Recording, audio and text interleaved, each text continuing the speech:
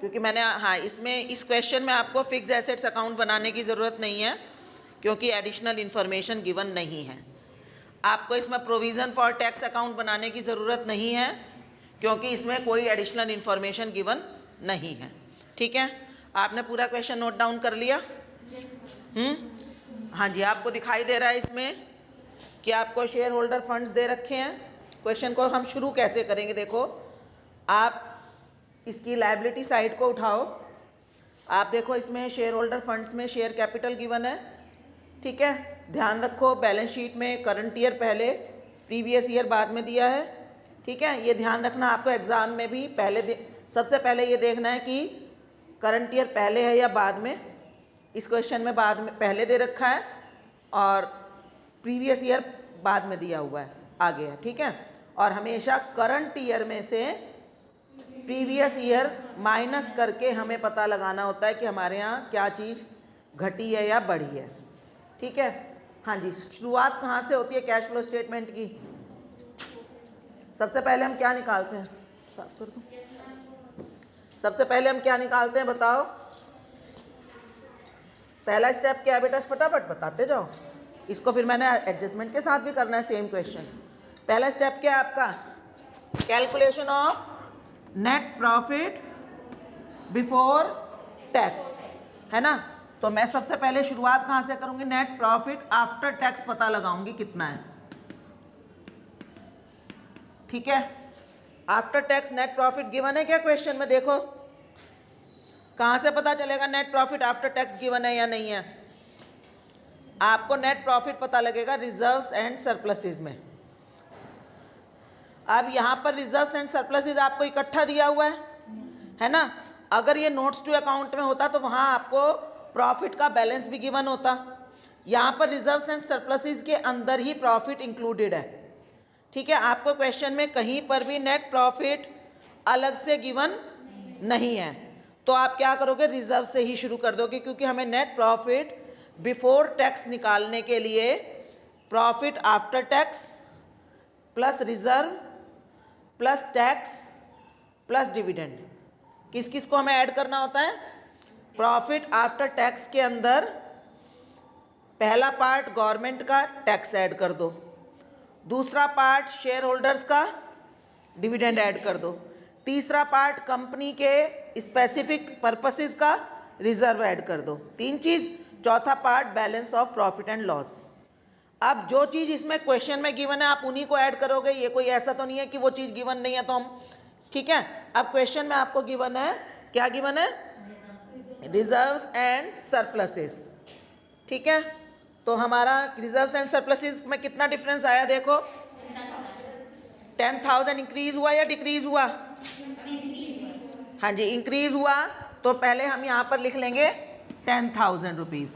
ये हो गया हमारा प्रॉफिट आफ्टर टैक्स। ठीक है, अब क्या करें दूसरी चीज़, अब हमें इसके अंदर और क्या ऐड करना है? रिजर्व्स हो गए, टैक्स देखो, क्या टैक्स के बारे में कुछ गिवन है क्वेश्चन में? नहीं गिवन, पक्का? जो शॉर्ट टर्म प्रोविजंस में आपको प्रोविजन फॉर टैक्स गिवन है वो क्या है? दिया है ना? और उसके बारे में मैंने क्या कंसेप्ट बताया था आपको प्रोविजन फॉर टैक्स का? जब कोई एडिशनल इंफॉर्मेशन गिवन ना हो तो क्या करते हैं? क्या माइनस करेंगे, क्या डिफरेंस निकालेंगे? इसमें हमने क्या बताया था? करंट ईयर का पूरा अमाउंट ऐड कर देंगे। करंट ईयर में जो हमने प्रोविजन बनाया वो इस साल के प्रॉफिट का ही पार्ट है ना। तो देखो करंट ईयर का प्रोविजन कितना है? 60,000, तो 60,000 को हम ऐड कर देंगे। ठीक है, जैसे आपको यहाँ पर लिखेंगे हम प्रोविजन फॉर टैक्स। ठीक है, कितना हो गया? 60,000। रिजर्व और टैक्स तो पता लग गया। क्या क्वेश्चन में आपको डिविडेंड के बारे में कुछ गिवन है? कोई डिविडेंड के बारे में इंफॉर्मेशन नहीं दे रखी, तो आपने क्या करना है? बस इसका मतलब दो चीज़ें गिवन है, दो की इंफॉर्मेशन नहीं है, तो यही आपका अमाउंट क्या बन गया? 70,000 रुपये। क्या बन गया बेटा, ये बताओ, इसको क्या नाम देंगे? मैंने कहा था नामों को ध्यान रखना कि जो हम कैलकुलेशन कर रहे हैं उसके बाद क्या निकल रहा है? Profit before tax and extra ordinary items. ठीक है, इसको हम ये भी कह देते हैं, या फिर प्रॉफिट आफ्टर अप्रोप्रिएशंस। ठीक है, प्रॉफिट बिफोर टैक्स आ गया। अब बताओ नेक्स्ट स्टेप क्या है बेटा? एडजस्टमेंट्स होंगी किस चीज की? प्रॉफिट बिफोर टैक्स में ध्यान करो किस चीज की एडजस्टमेंट होती है? हाँ जी, हाँ जी, non cash and non operating items की। ठीक है,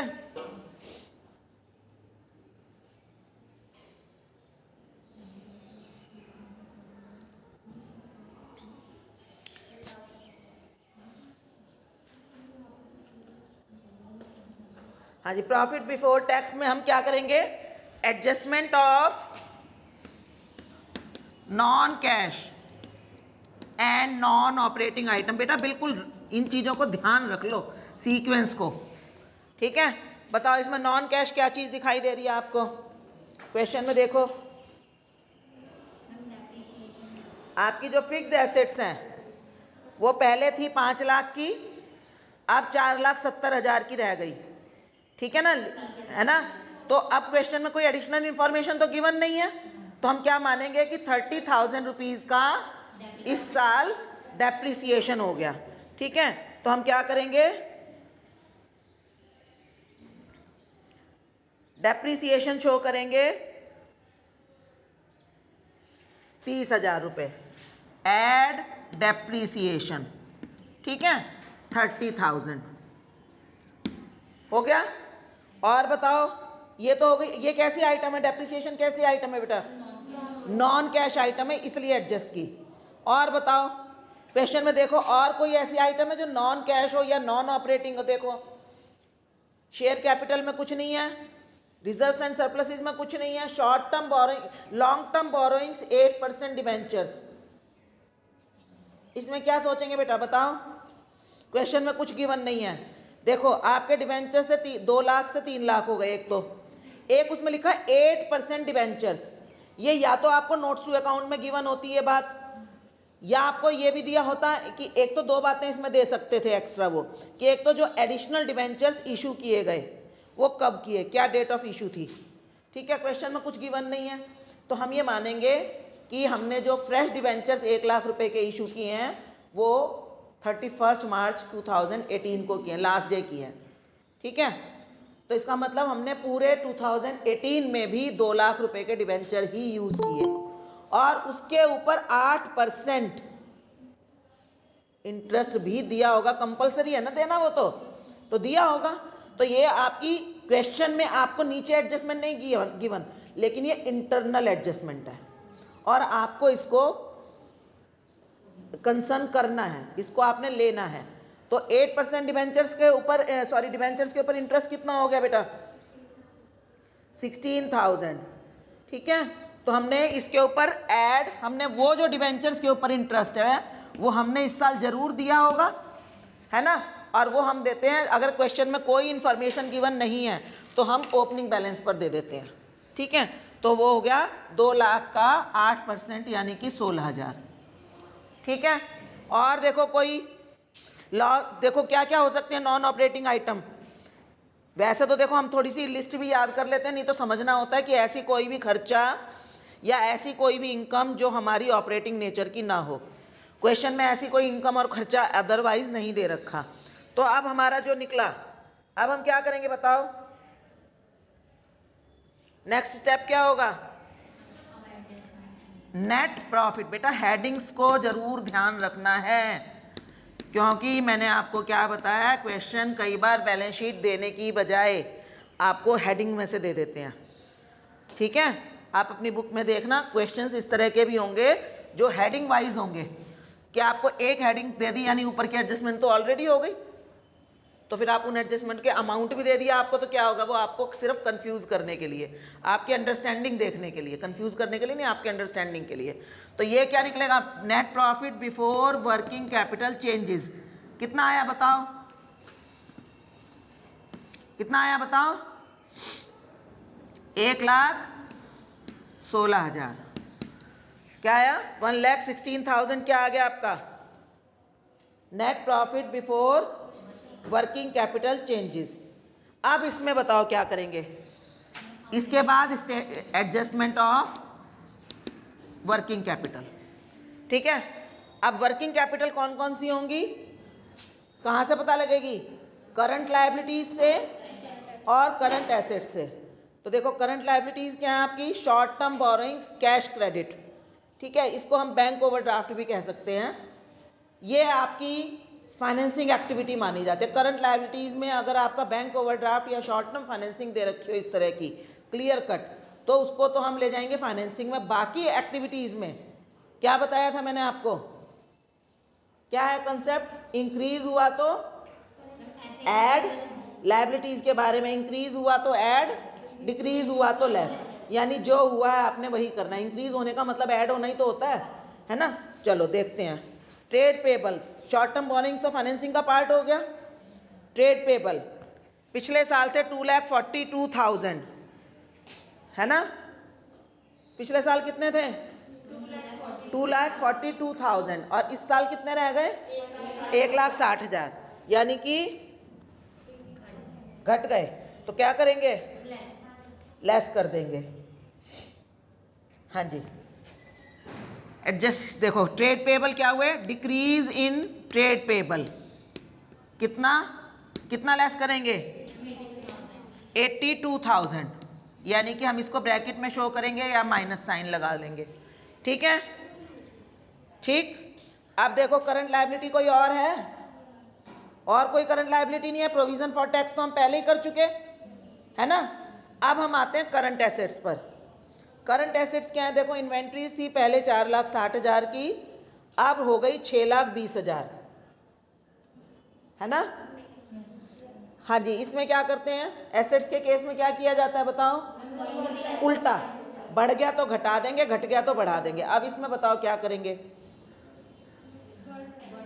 बढ़ गई ना, घटा देंगे, है ना, माइनस कर देंगे। इंक्रीज इन इन्वेंट्रीज, कितना अमाउंट बताओ,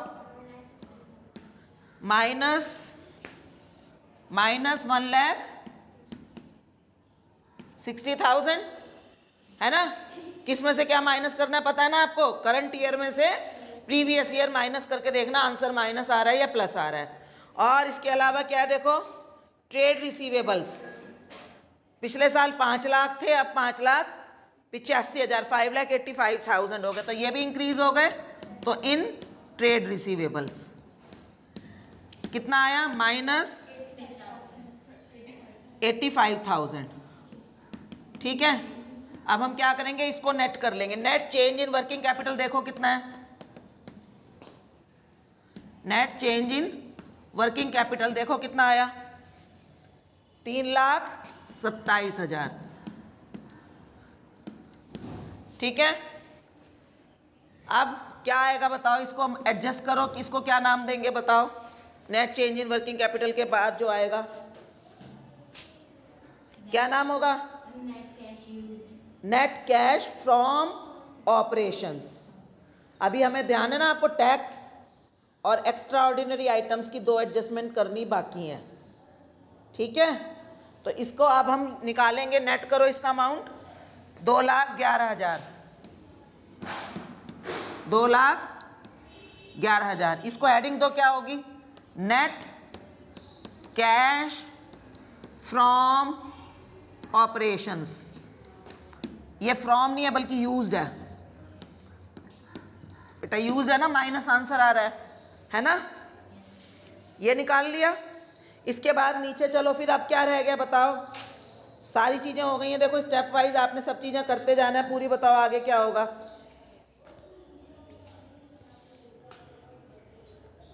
बताओ क्या होगा आगे, लास्ट स्टेप क्या रह गया है, क्या लास्ट स्टेप रह गया, अभी तो बताया था मैंने। इसी अभी ऑपरेटिंग एक्टिविटी पूरी नहीं हुई बेटा, टैक्स पेड। आप कहोगे ये वाली टैक्स की हमने एडजस्टमेंट की तो थी, लेकिन आपने माइनस करके नहीं की थी। आपने पूरा पिछले साल का फिगर, इस साल का पूरा फिगर यहाँ उठाया था, माइनस किया होता तो एक ही बार होता। ये तो आपने पूरी फिगर यहाँ पर करंट ईयर की ऐड की थी, तो प्रीवियस ईयर का टैक्स हमने इस साल पे किया होगा 50,000 रुपये। कैश हमारा एक्चुअल आउटफ्लो 50,000 हुआ होगा, ये हम मानकर चल रहे हैं बिकॉज कोई इंफॉर्मेशन गिवन नहीं है। तो अब इसमें आप नीचे क्या करेंगे, लेस टैक्स पेड करो 50,000 रुपये, ठीक है, लेस टैक्स पेड।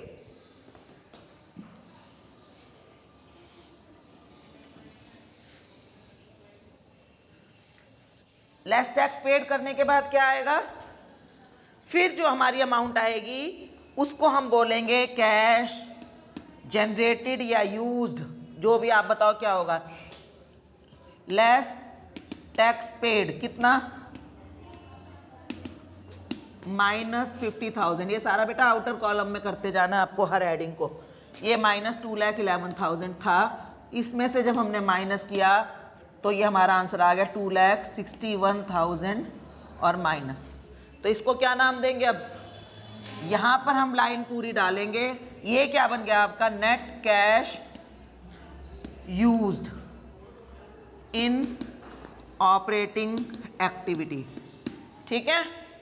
अब ये हमारा एक पोर्शन पूरा हुआ है, जो अगर आपके एग्जाम में आता है तो ये इसको, इस पोर्शन के आपको 3 मार्क्स होते हैं मोस्ट ऑफ द टाइम।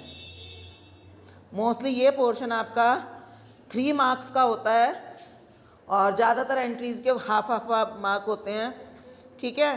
तो आपने अगर मिस्टेक्स इसमें की, आपको फॉर्मेट आपको प्रॉपर पता होना चाहिए कि सबसे पहले स्टेप पर मैंने कैलकुलेट किया नेट प्रॉफिट बिफोर टैक्स, फिर मैंने कैलकुलेट करना है adjustment of non cash and non operating item, तो मेरा क्या आएगा, उसको क्या बोलेंगे, net profit before working capital changes. फिर आपने उसमें करंट एसेट्स एंड लायबिलिटीज़ को एडजस्ट करना है, तो आपका आएगा नेट कैश फ्रॉम ऑपरेशंस। फिर उसमें आपने टैक्सेस को एडजस्ट करना है, तो आपका आएगा net cash generated from operating activities. इसमें अगर आपका टैक्स रिफंड हुआ होता तो वो हम यहाँ पर पहले उसको ऐड कर लेस करते, टैक्स रिफंड क्या हो गया हमारी अदर इनकम, तो उसको मैं यहाँ एज लेस करती, तो यहाँ पर मैं ऐड करती, क्योंकि टैक्स रिफंड में कैश आता है। टैक्स रिफंड बताया था मैंने आपको कि कई बार हमने टैक्स ज़्यादा पे अगर कर दिया हो तो एक्स्ट्रा अमाउंट का टैक्स हमें रिफंड भी आ जाता है, वैसे टैक्स रिफंड नहीं होता। अब नेक्स्ट स्टेप बताओ क्या होगा, हाँ जी बताओ नेक्स्ट स्टेप क्या होगा बेटा। अब हमें इन्वेस्टिंग एक्टिविटीज़ का हेड बनाना है, ये हमारी लाइन चल रही है। अब मैंने करना है इन्वेस्टिंग एक्टिविटीज़ मेन हेड। हाँ जी, अब देखो इन्वेस्टिंग एक्टिविटीज़ कहाँ से पता लगेंगी, हमें कहाँ से पता लगेंगी, नॉन करंट एसेट्स से। नॉन करंट एसेट्स में देखो क्या क्या हमें 2 एसेट्स दे रखी हैं, है ना, फिक्स एसेट्स और non current investment. Fix assets का तो हमने मान लिया था कि ये डिक्रीज हुई है तो डेप्रिसिएशन था, तो वो तो वहाँ एडजस्ट हो ही चुका, तो उसको अब आपने इग्नोर करना है ना। अगर एडिशनल इन्फॉर्मेशन होती ना तो अभी नेक्स्ट क्वेश्चन जब हम करेंगे तब आपको समझ में आएगा। अभी हमने उसका डिफरेंस डेप्रिसिएशन मानकर ऑपरेटिंग में ले गए हैं, जब डिफरेंस ले जाते हैं ना फिर वो दोबारा कहीं नहीं जाएगा। इसके बाद नॉन करंट इन्वेस्टमेंट देखो क्या कह रहे हैं, पिछले साल थी 3,30,000, अब की बार घटकर रह गई 3 लाख। क्या मतलब हुआ इसका, 30,000 रुपये आपने की इन्वेस्टमेंट कम हो गई, इसका मतलब क्या हुआ, कम हो गई का मतलब क्या होता है, कोई भी एसेट कम हो गई का मतलब क्या है, बेच दी भैया, तो डेप्रिशिएट हो गई, तो फिर वो नॉन कैश खर्चा हो गया, हमने ऑपरेटिंग में डाल दिया, या जैसे गुडविल होती राइट ऑफ हो गई।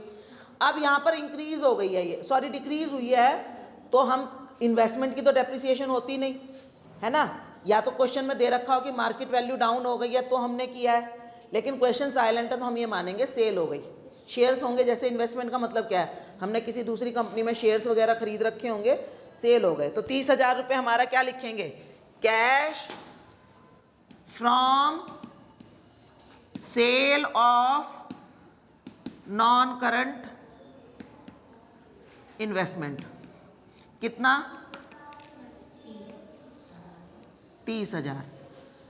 और कोई एडजस्टमेंट सिर्फ नॉन करंट की ही इसमें आती हैं, ठीक है। अगर रेंट रिसीव्ड दिया होता, डिविडेंड रिसीव्ड दिया होता, तो फिर वो एडिशनल इंफॉर्मेशन में गिवन होता, फिर हम उसको यहाँ पर इसका कैश आता, पर अभी इतना ही है।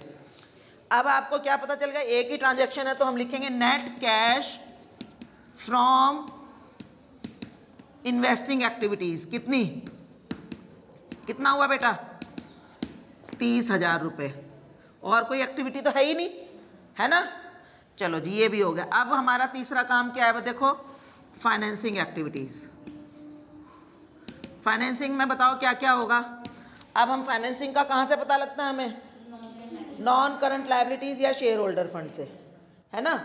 शेयर होल्डर फंड देखेंगे, पहले थे 10 लाख, अब हो गए 12 लाख। चौक बढ़ानी है क्या?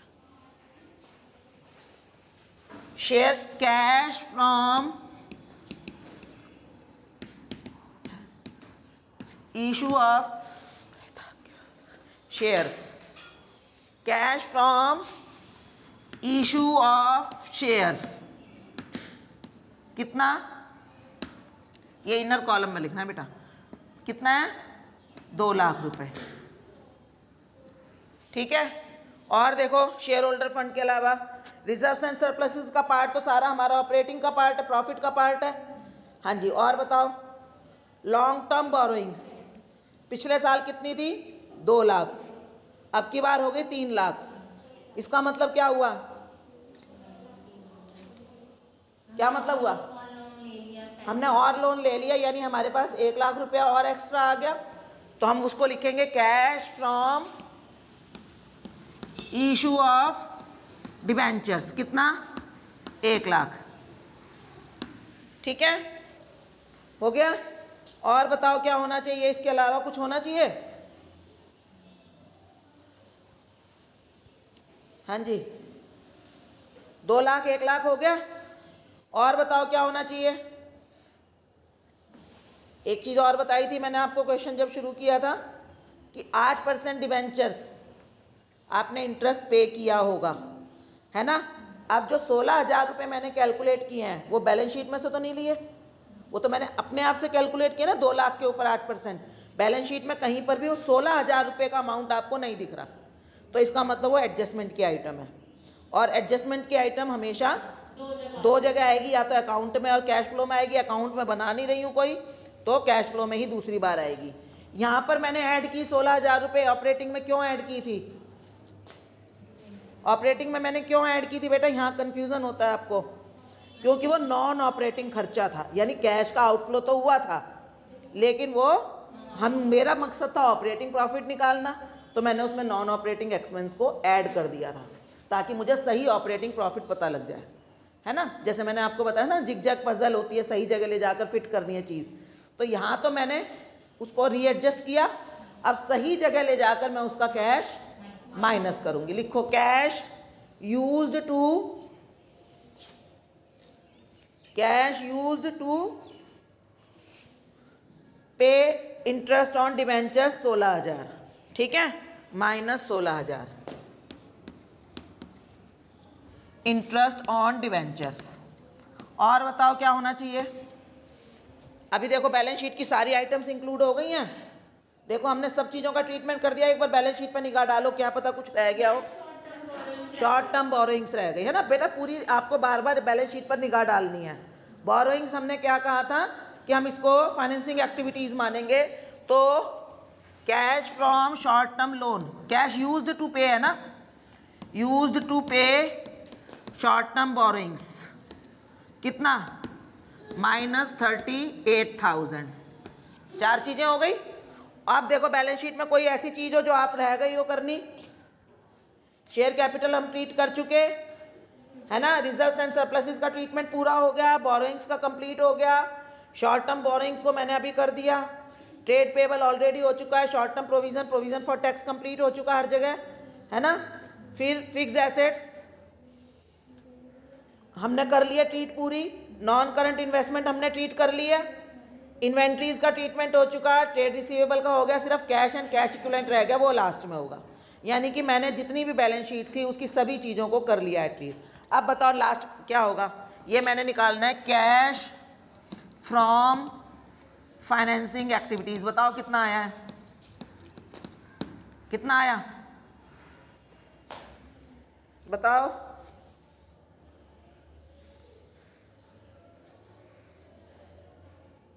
कितना आया 2,46,000, यहाँ पर माइनस नहीं आया है ना। अब आपको लास्ट में क्या करना है, अब आपको निकालना है नेट क्या हुआ। आपने तीनों एक्टिविटीज का निकाल लिया ना, एक का -2,61,000 आया ऑपरेटिंग एक्टिविटीज का, एक का आपका 30,000 रुपये प्लस आया और इसका 2,46,000 रुपये प्लस आया। अब क्या करोगे, लिखो, हाँ जी, जो इन तीनों को का नेट अमाउंट निकालो, वो आएगा 5,000 रुपये, 15,000 रुपये सॉरी। हाँ जी, क्या है उसको, क्या कहेंगे हम, नेट कैश यूज्ड है या जनरेटेड है, जनरेट हुआ है ना, आया ज़्यादा है कैश, गया कम है, तो लिखो net cash generated during the year 15,000, है ना।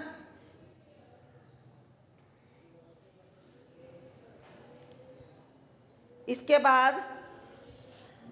बाद हम क्या लिखेंगे, add opening cash balance. Opening cash यानी कि साल के शुरू में हमारे पास कितना था, साल के शुरू में हमारे पास थे 10,000 रुपये, है ना, क्वेश्चन में लिखा है ना 10,000 रुपये थे, वो 10,000 रुपये मैंने ऐड कर दिए सही जगह पर जाकर। तो इसके बाद हमारी नेक्स्ट फिगर क्या आएगी, 25,000 रुपये। क्या आया वो, क्या होगा बेटा, closing net cash balance, closing cash balance 25,000 आया। ये हमारा टैली होना चाहिए बैलेंस शीट में जो हमारा क्लोजिंग बैलेंस है कैश का, उससे अगर आपका वो अमाउंट आ गया तो इसका मतलब आपके कैश फ्लो स्टेटमेंट के करेक्ट होने के चांसेस हैं, ठीक है। और अगर ये नहीं आता तो हमें कहीं पर हो सकता है हमने प्लस माइनस की मिस्टेक की हुई हो, हमें उसको चेक करना है। समझ में आ गया, कैश फ्लो स्टेटमेंट का कंप्लीट फॉर्मेट समझ में आया बेटा।